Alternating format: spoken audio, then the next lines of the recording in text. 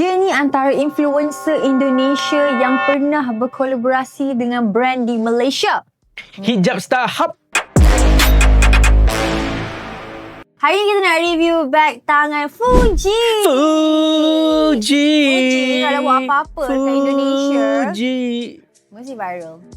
Mesti esok tu, tak pun 2 saat lepas tu, confirm viral. So yang di menari-menari yang main bowling tu. Kita tu. panggil Fuji pula. Hijab Star Hub dah. I collapse bila? Aku rasa tak ada duit. Astaghfirullahalazim. Saya ada Kamu duit. rembat duit company tu. Ni ingat saya tak tahu. Kalau tak macam ni kamu boleh pakai jam Rolex tu.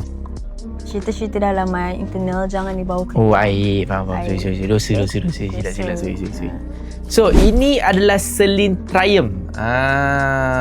So, ini adalah Celine Triumph.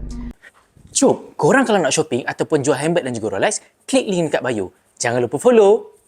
Okay, basically model klasik ni orang biasa macam comparekan dengan Hermes Constance lah sebab logo dia kat tengah macam lebih kurang, lebar bag dia pun macam lebih kurang macam tu.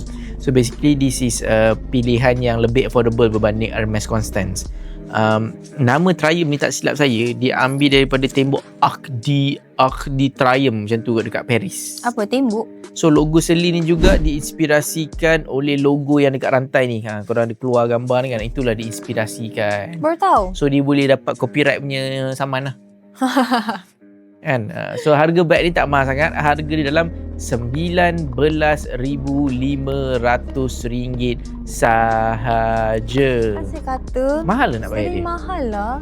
Mahal lah nak bayar Fuji. Mahal lah. Bos tak best dengan warna lain lah ke? Kau tim lah. Boleh. Dah tak boleh. Tak boleh lah macam tu. Itu Fuji dia punya. Okay, then kita go slow. Kita ambil collab yang- dengan warna lain lah.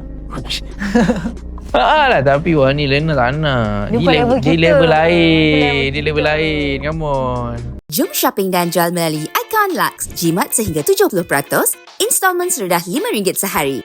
Jual dan konsign item anda dengan kami. Cepat, klik link di bio sekarang.